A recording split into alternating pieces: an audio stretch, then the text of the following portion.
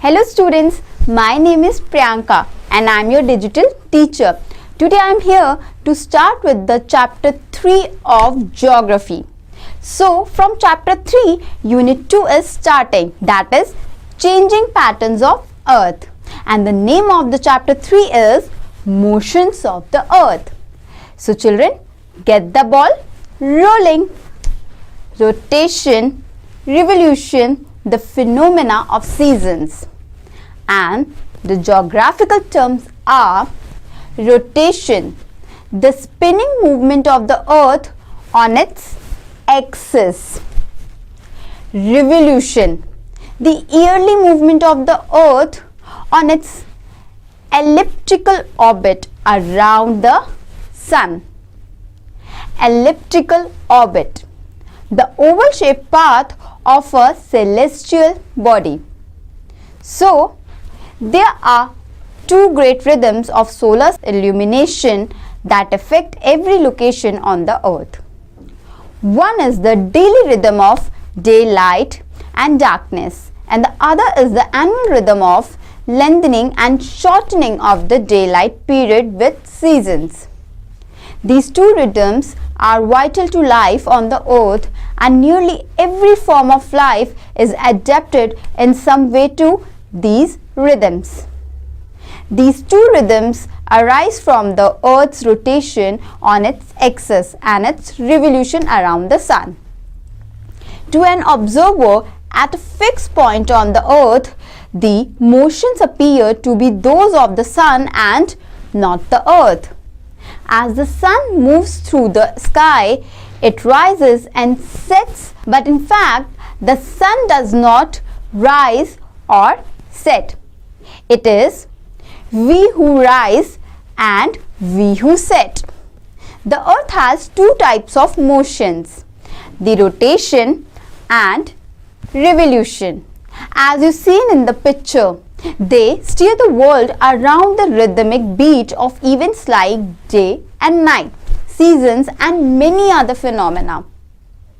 So children, let's connect to geography. The axis of the earth is tilted or inclined at an angle of 66.5 degrees to the plane of the earth's orbit around the sun, or the ecliptic. Rotation. The earth spins on its axis from west to east. The movement of the earth on its axis is called the rotation. The earth's axis is tilted at an angle of 23.5 degrees from the perpendicular position and 66.5 degrees from the orbit plane. This tilting of the axis is called inclination of the earth axis, as you seen in the picture. The earth is little inclined. The earth completes one rotation on its axis in 24 hours. Like we all know that one day is for 24 hours. 24 hours is equals to 1 day. While rotating, one half of the earth's surface gets light from the sun and the other half remains dark. So the lighted half is day and the dark half is night. The sun rays are slanting both in the morning and in the evening. They fall on a large area of the earth, so there is less heat during the morning and the evening. The sun rays are vertical or relatively vertical at noon. They fall on a small area of the earth, so it is hot at noon. The period of diffused light before sunrise is called dawn. The period of diffused light after the sunset is called dusk. The circle which divides the earth into day and night is called the circle of illumination, as you seen in the picture. Comparison between morning and evening. First, morning is the time of the sunrise. The evening is the time of the sunset. Second, the morning is the time between the day and noon. The evening is the time between noon and night. Third, in the morning the sun seems to be climbing up in the sky, while in the evening it appears to be descending down the sky. Fourth, In the morning, the rays of the sun appear on the eastern horizon, while in the evening they appear on western horizon. Effects of rotation. First, day and nights are formed. Second, Earth takes 4 minutes to rotate 1 degree longitude. It makes difference in local times at different longitudes. Revolution.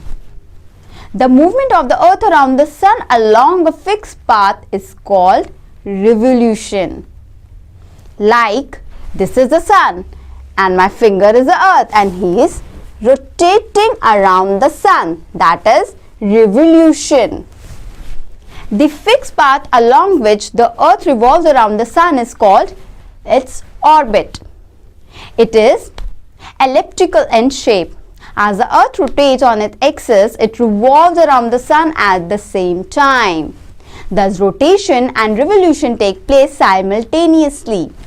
The Earth revolves around the Sun in an anti-clockwise direction. It takes 365 days and 6 hours to complete one revolution, and this time is considered to be 1 year. So children, let's connect to geography. The Earth moves round the Sun in an elliptical path. Hence, the distance between the Earth and the Sun is not the same every time. This distance is the least 148.5 million kilometer. On 3rd January, when the Earth is said to be in perihelion, on 4th July, the Earth is farthest from the Sun, 151 million kilometer. On this date, the Earth is said to be an aphelion. For the sake of convenience, we count only 365 days in a year, and after every 4 years, the balance of 6 hours added up to a day, 24 hours. This extra day is added to the month of February. Thus, every 4 years, February has 29 days instead of the usual 28, and the year has 366 days. Such a year is called a leap year. The year 2016 was the last leap year. When we are going to have the next one? Connect to geography. In 1530, Nicholas Copernicus, a Polish astronomer, first wrote in his book that the Earth spins daily on its axis. He also wrote that Earth goes around the Sun once every year, together with the other planets of the solar system. Very few people believed him at that time because the general idea was that the Sun goes around the Earth. Effects of revolution. Revolution of the Earth has the following effects: variation in length of days and nights, distribution of heat over the Earth, and the last one is occurrence of seasons. So let's connect to geography. The Earth revolves around the Sun at an enormous speed of about 1 lakh kilometers per hour. The phenomena of seasons. A year is usually divided into 4 seasons: spring, summer, autumn and winter. Seasons change when there is change in the position of the Earth with reference to the Sun. These changes are due to, first, the revolution of the Earth, and the second one is the inclination of Earth axis in a fixed direction. Summer solstice. The northern hemisphere is inclined towards the Sun for 6 months between 21st March and 23rd September. This position of the Earth is called the summer solstice. Since a large portion of the northern hemisphere is getting light from the Sun, it is summer in the region north of the equator. A very small portion of the southern hemisphere receives slanting sun rays. Hence, this hemisphere enjoys the winter season most of the time. On 21st June, the sun rays fall directly over the Tropic of Cancer. Due to this, area around this latitude becomes very hot. On the other hand, the area near the poles receive less heat because the rays of the sun are slanting. Hence, on 21st June, the day is longest and the night is shortest. The equator receives 12 hours of daylight as we move away from the equator towards the North Pole. The duration of daytime starts increasing.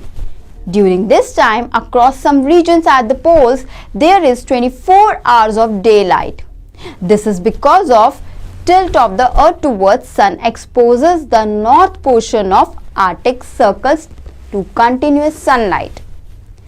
This is why these regions are also known as the land of midnight sun.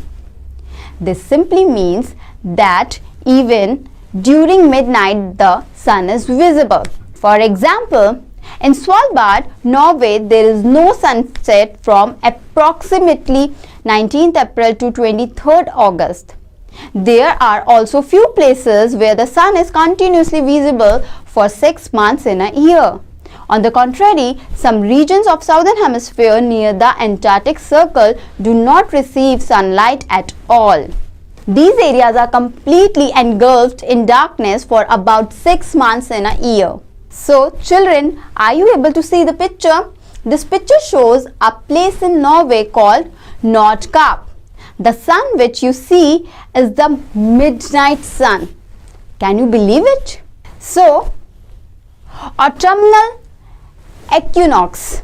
The earth moves gradually and after 3 months of summer solstice. On 23rd of September, it reaches the position of autumnal equinox.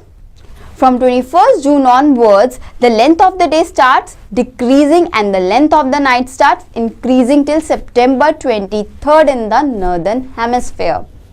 The opposite of this takes place in the southern hemisphere. On 23rd September, the north and south poles remain equidistant from the sun. The sun's rays thus fall vertically on the equator. The day and nights become equal all over the world. This period in the northern hemisphere is called autumnal equinox season and in the southern hemisphere it is called spring equinox. So children, see on the top, that is a north pole, spring vernal equinox, and see northern spring, southern autumn. Okay, and in the west side, see it is summer solstice, that is northern summer, southern winter, and in the eastern side it is given northern winter, southern summer, and come towards the southern part, autumnal equinox, northern autumn, southern spring. This is the revolution of the earth that causes seasons. Let's connect to geography. Equinox is a day when the sun shines vertically over the equator and all places on the earth have equal day and nights. March 21st and September 23rd are 2 days when days and nights are equal. It's time to moving towards winter solstice. On 22nd December, the southern hemisphere is tilted towards the sun and the sun rays fall vertically on the Tropic of Capricorn. Now the southern hemisphere receives more heat and experiences summer. It has longer days and shorter nights. The northern hemisphere is now having winter with shorter days and longer nights. Places between the Arctic Circle and North Pole will experience 6 months of darkness, while places between Antarctic Circle and South Pole will now have 6 months of light. The Antarctic Circle has 24 hours of continuous daylight at this line. This position is called the winter solstice because the northern hemisphere is experiencing winters. So, the next one is spring equinox. 21st March has spring season in the northern hemisphere and autumn season in the southern hemisphere. The sun shines directly on the equator and there are 12 hours of day and 12 hours of night all over the earth. The sun rises at the North Pole at noon, which remain illuminated until the September equinox. The sun sets at the south pole at noon after having been alight since the September equinox. So children, it's time to wrap up. So let's wrap up. The earth has two motion. The one is rotation and the other one is revolution. The movement of the earth on its axis is called the rotation. And the last one is the earth moves around the sun once in every 365 1/4 days. This movement of the earth is known as revolution. So children, it's time to take your leave. We'll meet in the next class. So bye.